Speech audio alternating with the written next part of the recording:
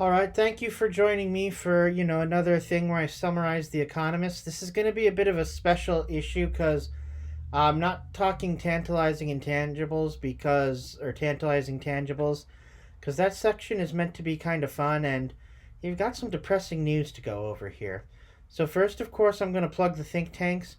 This is a spreadsheet showing over 160 think tanks that have been mentioned in issues of The Economist I've read since the beginning of the year.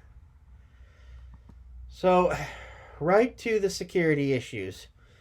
We've got at least three states right now definitely locked in forms of warfare, and in fact, one might say even in a form of genocide. So, Israel is at war. They've done ground operations. I believe it's been over 50 days now. And they're trying to take out the tunnel network that Hamas has created. And some people, for whatever reason, seem to keep mentioning the fact that one of these tunnel complexes could lead under a hospital. And some people are saying they don't. I have no idea what people's obsession with that is.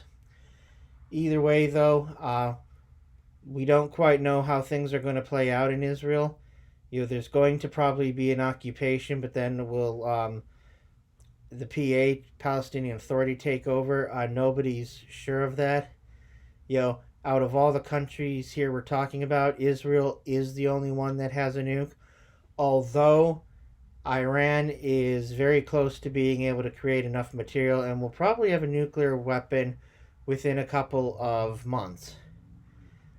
Of course, there's a lot of warfare going on right now in Sudan. It seems that this is the warfare that the media is talking about the least. Probably because to a lot of Americans they don't know anything about Sudan, so that could be why it's not being covered here. But effectively, yeah, there's definite cleansing definitely going on there. The war in Ukraine is not probably, it is the bloodiest of all these.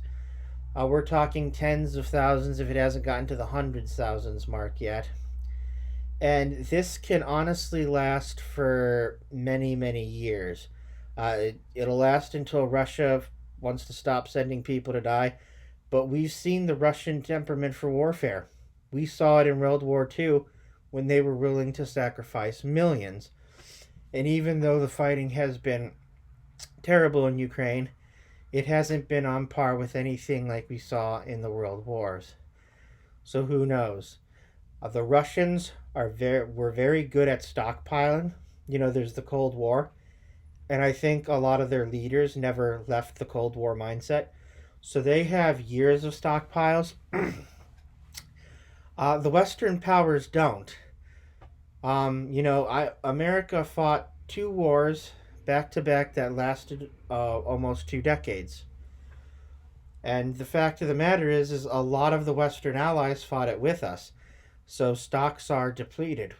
We're having a rush for wartime production. These are really bad things, and I've certainly been getting a fair share of phone calls from a lot of people about these because I'm a veteran myself. And all I can tell you is, yeah, wars, they suck.